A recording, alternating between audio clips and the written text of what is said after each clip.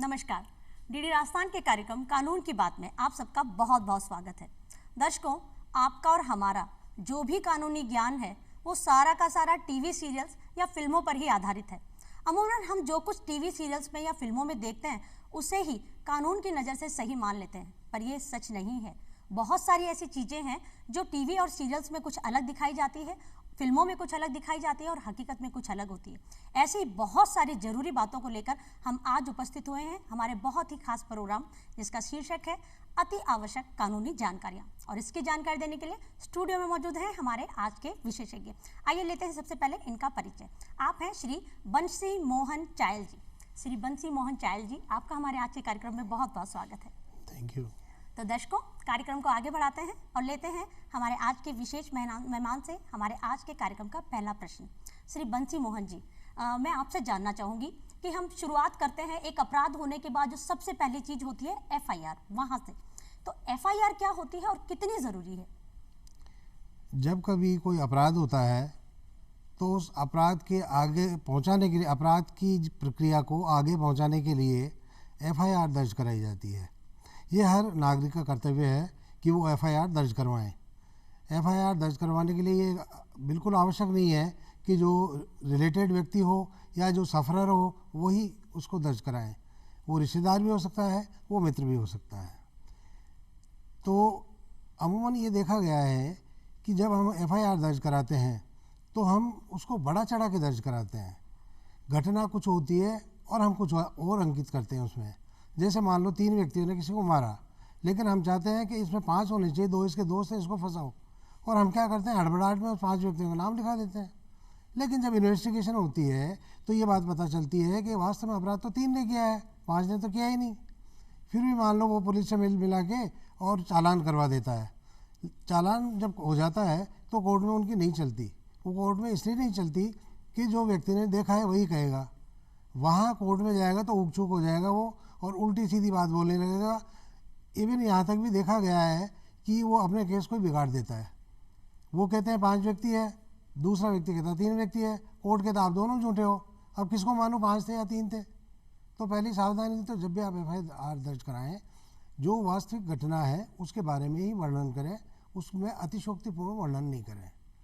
दूसरी बात यह है कि अमूमन हम ये भी देखते हैं कि सड़क पे कोई दुर्घटना हो जाती है तो होता क्या है कि हर आदमी मूक दर्शक बन जाता है। उसको देखता है, या आजकल फोटोग्राफी कैमरा आ गया अपने रिकॉर्डिंग के लिए, और वो जो है मोबाइल पे रिकॉर्ड करता रहता है। वो ये नहीं देखता कि इसको मेडिकल एड मिल गई तो ये शायद बच सकता है।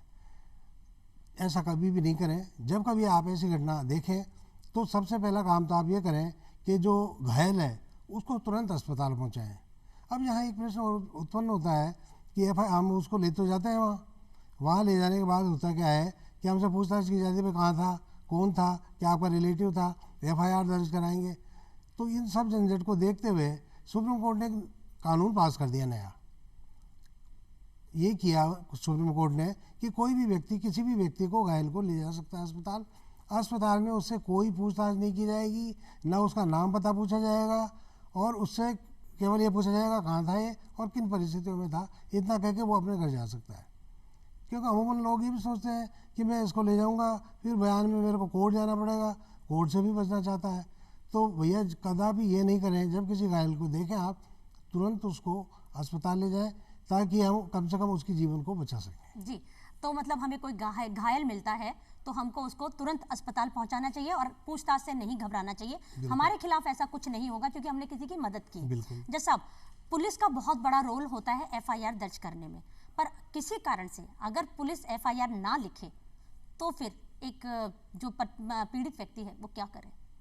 सामान्यतः जब भी कोई अपराध होता है तो उसकी FIR थाने पर ही दर्ज की जाती है। थाने पर अमूमन ये भी देखा गया है, आप लोगों ने पेपर में भी पढ़ा होगा कि पुलिस वालों के विरुद्ध कितने अपराध दर्ज किए जा रहे हैं।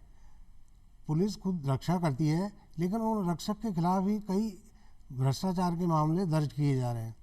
ये बात ये बताती है हमें कि वहाँ पर थाने पर कोई कार्रवाई ढंग से नहीं हो रही। अब आम आदमी जब जाता है तो उसको भगा देते हैं। ऐसी स्थिति में उस व्यक्ति के पास, जो पीड़ित है, उसके पास एक विकल्प और है। वो ये कर सकता है कि एसपी के जाके गुहार लगा सकता है, अपनी बात वहाँ रख सकता है। 1 मिनट के लिए ये भी मान लिया जाए कि वो एसपी भी उसकी बात को नहीं सुन रहा, तो ऐसी स्थिति में वो कोर्ट में भी जा सकता है और इस्तिगासा पेश कर सकता है। इस्तिगासे को हिंदी में परिवाद या अंग्रेजी में कंप्लेंट कहते हैं। वहाँ जब भी वो जाएगा तो न्यायालय उस संबंधित थाने को उस इस्तिगासे को भेज देगा तफ्तीश के लिए। जी जी, तफ्तीश के लिए भेजता है, जैसा कि आपने बताया जज साहब की तफ्तीश के लिए भेजता है। लेकिन फिर एक चीज़ और मैं जानना चाहूँगी जज साहब आपसे कि कई बार क्या होता है कि हम एफआईआर हो गई, लेकिन जैसे कि अभी आपने कहा कि पूछताछ नहीं करते हैं अगर हम किसी पेशेंट को ले जाते हैं तो। पूछताछ पे मैं आपसे अगला सवाल जानना चाहूँगी कि पूछताछ जो होती है इसके लिए कानून में क्या प्रावधान है, किस किस को पूछताछ के लिए ले जाया जा सकता है, और पूछताछ वाला जो व्यक्ति है वो वकील कर सकता है क्या? देखो, पूछताछ 2 तरह से होती है। एक पूछताछ तो एक्यूज्ड अपराधी से होती है, तो वो तो कहलाता है इंटेरोगेशन, और दूसरी पूछताछ होती है गवाह से कि क्या वास्तव में घटना हुई या नहीं। तो इन दोनों ही परिस्थितियों में पूछताछ होती है। अपराधी को भी कुछ अधिकार हैं और कुछ अधिकार गवाह को भी मिले हुए हैं। एक सामान्य नागरिक जो होता है जिसको पूछताछ के लिए ले जाया जाता है, एक सामान्य नागरिक को ले जाया जा सकता है, तो सामान्य नागरिक होने के नाते उसका ये दायित्व है कि वो स्टेट की मदद करे, क्योंकि जितने भी क्रिमिनल केस होते हैं वो एक्यूज वर्सेस स्टेट होते हैं, उसमें स्टेट ही लड़ती है। एक पक्षकार स्टेट होता है, एक पक्षकार मुलजिम होता है।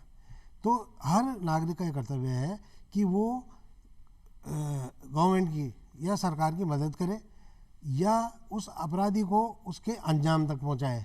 ये कार्य वो गवाह ही कर सकता है। तो वो गवाह निष्पक्ष होकर अपनी बात कहे।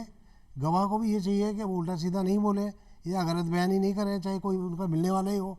उससे वो गवाह खुद भी तकलीफ़ में आ सकता है। गवाह किस तरह तकलीफ़ में आएगा? जैसे मान लो किसी व्यक्ति ने झूठी गवाही दे दी थाने के सामने और कोर्ट में जाता है वो, और कोर्ट में जाके वो अपने बयान से बदल जाता है, कहता है साहब मैंने तो ऐसा कुछ कहा ही नहीं, मैंने साहब कुछ देखा ही नहीं। तो कोर्ट उसके खिलाफ भी कार्रवाई कर सकती है और उस गवाह को, हालांकि वो गवाह है लेकिन उसको फिर भी जेल भेजा जा सकता है, और ये जेल की अवधि 1 साल तक हो सकती है। अच्छा, जो एक किसी व्यक्ति को पूछताछ के लिए लेके गए, पूछताछ की अवधि कितनी हो सकती है, कितने दिन तक रख सकते हैं? और इस दौरान क्योंकि वो कोई अपराधी नहीं है, ऐसी स्थिति में वो रात को अगर उसको पूछताछ के लिए रखते हैं तो वो जेल के अंदर रहेगा या वहीं पुलिस वालों के सामने बैठेगा? और खाना या जो भी उसकी ज़रूरत होती है उसका कौन ध्यान रखेगा? देखो, गवाह का जहाँ तक सवाल है, वो अपराधी तो है नहीं, वो तो मदद कर रहा है स्टेट की, तो इसलिए उसको अरेस्ट भी नहीं किया जा सकता, उससे केवल पूछताछ की जा सकती है। पूछताछ के दौरान वो जो बात बताता है उसको रिकॉर्ड कर लें। कई बार ये होता है कि वो सही नहीं बयान ही नहीं करता, तो रोकना पड़ता है उसको कि भाई ये सही बयान दे दे। तो ऐसी स्थिति में उसको लॉकअप में नहीं रखा जा सकता। पहली बात तो ये है, क्योंकि एक्यूज नहीं है वो। दूसरी बात यह है कि उसका जो खाने पीने की व्यवस्था है वो थाने वाले करेंगे। गवर्नमेंट अदा करती है, थाने वाले अपनी जेब से नहीं देते, गवर्नमेंट पे करती है, और वो स्वतंत्र रहता है। वो कहीं भी कोर्ट अदालत थाने परिसर में कहीं पर भी वो घूम फिर सकता है, कहीं भी बैठ सकता है, कहीं भी सो सकता है। सोने की व्यवस्था भी थाने वाले करते हैं। ये सब उसको मुहैया कराई जाती है। तो ये इसमें कोई लिमिट नहीं होती है कि 1 दिन में जो है वो पूछताछ हो जाए, या 2 दिन में हो जाए, या 3 दिन में हो जाए। यहाँ मैं एक बात और बताना चाहूँगा कि यदि कोई महिला गवाह है जिसने घटना देखी है, तो महिला को पुलिस ये कंपेल नहीं कर सकती कि आप थाने पे आइए बयान दीजिए। महिला को यह अधिकार दिया हुआ है कि उसकी अगर पूछताछ की जानी है तो पुलिस वाला कांस्टेबल हो, हेड कांस्टेबल हो, जो जिसको तफ्तीश दी गई है, वो जाएगा वहाँ पर, उसके घर पर, वहाँ संपर्क करेगा, वहाँ बयान देगा। जी, जिस साहब आपने महिला का जिक्र चलाया है, तो मैं अगला सवाल महिलाओं से संबंधित आपसे जानना चाहूँगी। महिला जो होती है, अभी आपने कहा कि पूछताछ के लिए पुलिस वाला उसके घर जाएगा, तो ये पुलिस वाला एक पुरुष ही होना चाहिए या महिला होनी चाहिए? और एक महिला को अगर गिरफ्तार किया जाता है, पूछताछ की तो ये अलग बात हुई, गिरफ्तार किया जाता है तो उसको गिरफ्तार करने वाला कौन होगा? उसे कब कब गिरफ्तार किया जा सकता है, कब नहीं किया जा सकता? और उसके साथ उसका जो चेकिंग होती है उसको थाने में लाने के लिए या उसको जेल भेजने से पूर्व, तो वो सारी चीज़ें भी कौन करता है? जहाँ तक गवाह का सवाल है, तो गवाह के लिए ये आवश्यक नहीं है कि पूछताछ महिला से पुरुष ही करे। महिला भी कर सकती है और पुरुष भी कर सकता है, दोनों को ये अधिकार है, क्योंकि वो केवल पूछताछ कर रहा है उससे। घटना के बारे में जानकारी ले रहा है, इसके अलावा कुछ नहीं पूछ रहा। जहाँ तक अपराधी का सवाल है, तो यदि किसी महिला ने कोई अपराध किया है तो ऐसी महिला को यदि इन्वेस्टिगेशन करना है तो सामान्य तौर पर महिला ही उसमें इन्वेस्टिगेशन करेगी। कई थानों पर यह होता है कि महिला नहीं होती, यहाँ तक कि ये भी देखा गया है कि महिला थाने अलग से खोल दिए जाने के बावजूद वहाँ का इंचार्ज पुरुष है। तो ऐसी स्थिति में यदि उससे वो पूछताछ करता है पुरुष, तो एक महिला कांस्टेबल या महिला पुलिसकर्मी वहाँ मौजूद रहना आवश्यक है। वो अकेले में पूछताछ नहीं कर सकता पुरुष, उससे महिला के सामने ही पूछताछ होगी या महिला करेगी, दोनों में से एक है। यदि उसकी शरीर की तलाशी लेनी है तो महिला कांस्टेबल ही तलाशी ले सकती है, पुरुष को यह अधिकार नहीं है। तीसरी बात, महिला अगर उसको मेडिकल जांच की जरूरत पड़ जाए किसी कारण से, तो थाने में अगर वो बंदी है, ऐसी स्थिति में भी क्या डॉक्टर जो आएगा, चिकित्सक जो आएगा, वो भी महिला आएगी? चिकित्सक महिला नहीं आएगी, उस महिला को चिकित्सालय ले जाया जाएगा और वहाँ महिला कांस्टेबल ले जा सकती है उसको और चेकअप करा सकती है वहाँ। जी अच्छा, गिरफ्तारी संबंधित चाइल साहब आपसे जानना चाहूंगी कि क्या कानून है, गिरफ्तार कब किया जा सकता है, कैसे किया जा सकता है, किसको नहीं किया जा सकता, या उससे पहले कोई उसको कुछ कागज दिखाना पड़ता है कि भैया तुमको अब गिरफ्तार करने आए हैं, ये जरूरी है, क्या चीज़ है, ये क्या कानून है इसमें? ऐसा है, अपराध दो तरह के होते हैं, एक जमानती अपराध होता है, एक अजमानती होता है। जमानती अपराध में उस अपराधी को यह अधिकार है कि वो जमानत पेश कर दे, थाने पर ही पेश कर दे। जिस अपराध में 2 साल तक की सज़ा का प्रावधान है, ऐसे मामलों में वो जमानती ही होते हैं लगभग। तो वहाँ पर वो थानेदार को कहेगा कि भैया मैंने जो ये किया है इसकी सज़ा ये है, इतनी आप जमानत ले लीजिए मेरी, तो थाने पर उसको जमानत लेनी होगी। यदि फिर भी वो पुलिस वाला नहीं लेता है जमानत, तो ऐसी स्थिति में उसको लिखना पड़ेगा कारण कि भाई ये जमानत के लिए कहा गया, इसके पास जो है कोई जमानती नहीं है, इसलिए वो उसको फिर अरेस्ट कर सकता है। जमानती अपराध में अरेस्ट नहीं किया जा सकता, और बाकी जो अपराध हैं गंभीर प्रकृति के, उनमें अपराधी को गिरफ्तार किया जाता है। तो वहाँ अगर महिला है, उसको गिरफ्तार करना है तो महिला पुलिसकर्मी ही उसको गिरफ्तार करेगी। अच्छा, किस समय तक गिरफ्तार कर सकते हैं किसी महिला को? किसी भी अपराध के होने के बाद यदि पूछताछ के लिए अपराधी को लाया जाता है तो 24 घंटे के अंदर अंदर यदि गिरफ्तार कर लिया गया है तो मजिस्ट्रेट के सामने उसको पेश करना होगा। मान लो 1 मिनट के लिए कि छुट्टी है, छुट्टी के दिन कोर्ट नहीं लगती, तो उस अपराधी को उस जज के सामने घर पर पेश किया जा सकता है और वहाँ से रिमांड ली जा सकती है। अच्छा, जज के सामने घर पर आप पेश कर सकते बिल्कुल हैं? घर पे पेश कर सकते हैं। घर से वो मजिस्ट्रेट रिमांड देगा। रिमांड 2 तरह के होते हैं, एक तो होता है पीसी जिसको हम पुलिस कस्टडी कहते हैं, एक होता है जेसी जुडिशियल कस्टडी कहते हैं। पुलिस कस्टडी तब मांगी जा सकती है जब किसी अपराधी से कोई चीज़ रिकवर करनी हो या कोई आगे पूछताछ करनी हो दूसरे मूल्यवान के बारे में आमने सामने बैठा के, तो उसको आवश्यकता पड़ेगी उस समय पुलिस को उस व्यक्ति की, तो उसके लिए वो रिमांड लेते हैं। मजिस्ट्रेट फिर उस पर ऑर्डर करता है 1 दिन का रिमांड, 2 दिन का रिमांड। अमूमन आपने देखा होगा पेपर में कि इनको 14 दिन के लिए जेसी भेजा गया। जेसी की जो अवधि है, मजिस्ट्रेट भी 14 दिन से ज़्यादा उसको एट ए टाइम जेल नहीं भेज सकता है। और 14 दिन के बाद में दोबारा उसकी अवधि बढ़ाई जाती है। फिर 14 दिन, तो 15 दिन से ज़्यादा उसको अधिकार नहीं है, तो 14 दिन ही भेज सकता है वो, तो उसको फिर वहाँ भेजा जा सकता है। लेकिन उसको 24 घंटे के अंदर पेश करना पड़ेगा। 1 मिनट के लिए मान लो कि 24 घंटे में पेश नहीं करता है तो उसको रीजन बताना पड़ेगा क्यों नहीं किया। जैसे मान लो वो मुलजिम भी बीमार हो गया, हॉस्पिटलाइज हो गया, तो वहाँ से तो कैसे ले जाए उसको, आईसीयू में नहीं ले जा सकता, तो फिर वो पेपर लेके जाएगा कि साहब हमने गिरफ्तार किया है, वो आईसीयू में है, तो मजिस्ट्रेट जाएगा वहाँ ये देखना है कि क्या वो है कि नहीं।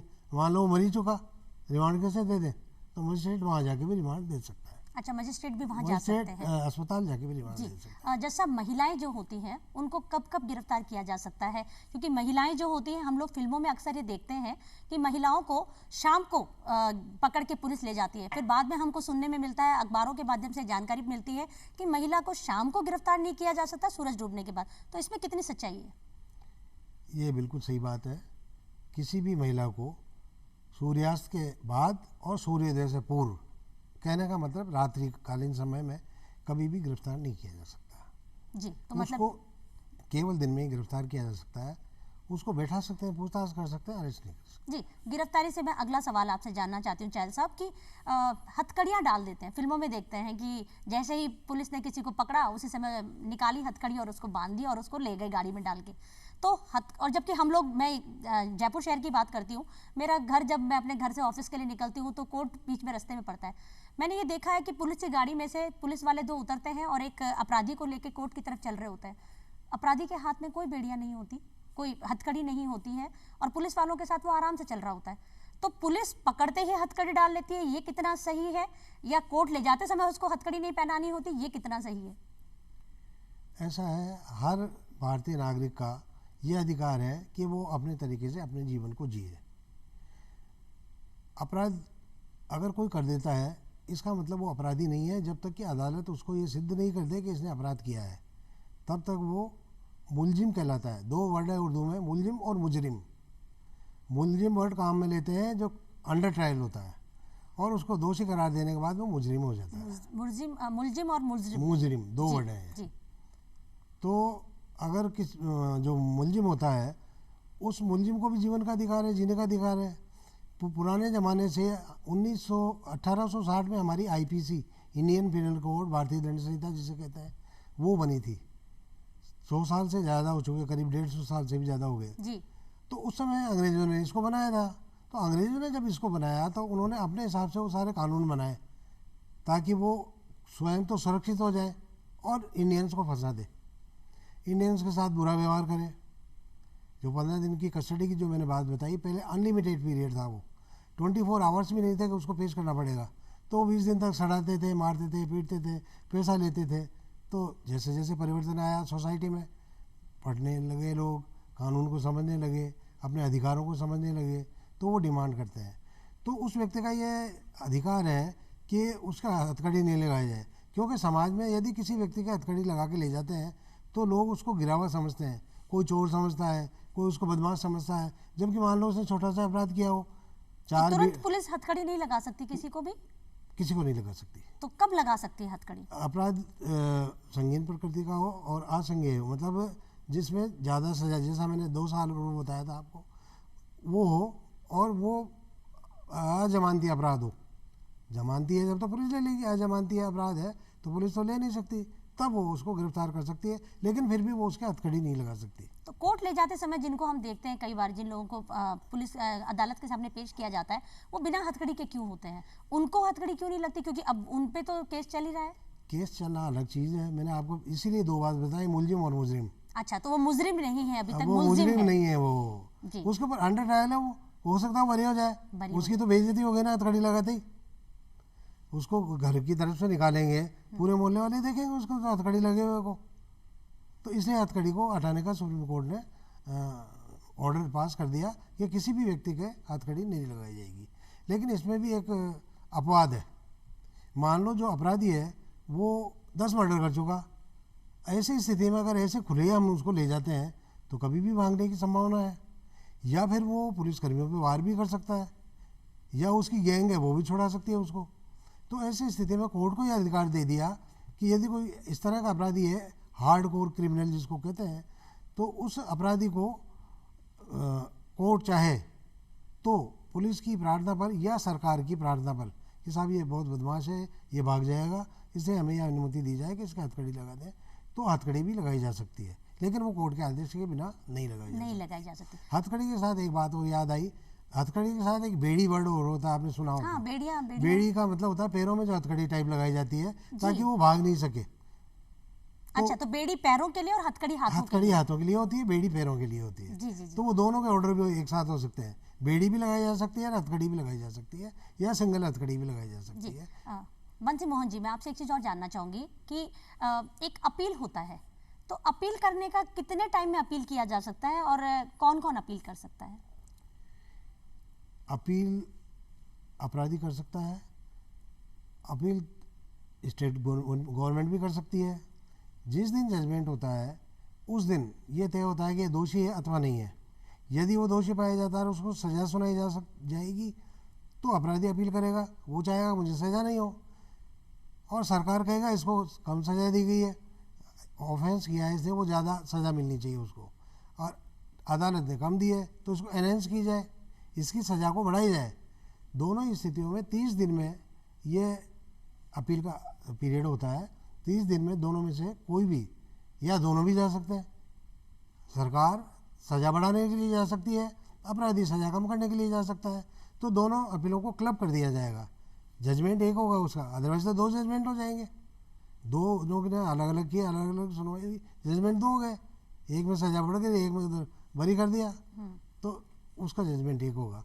तो ये 30 दिन दिए गए हैं। अब इसमें भी ऐसा है कि कई बार परिस्थिति ऐसी हो जाती है कि कोई व्यक्ति 30 दिन में नहीं पेश कर सकता अपील, तो इसका मतलब तो उसका राइट ही ख़त्म हो गया। तो वो राइट ख़त्म नहीं होता उसका। इसमें भी कानून में ये प्रावधान दिया गया है कि कोई व्यक्ति जो अपील करना चाहता है और समय में नहीं कर पाया है, तो वो परिस्थितियाँ कोर्ट के सामने रख दें कि मैं ये परिस्थितियाँ थी मेरे सामने, इसलिए मैं जो है कोर्ट के सामने हाजिर नहीं हो सका और अपनी अपील पेश नहीं कर सका। तो उन परिस्थितियों पर कोर्ट देखेगी।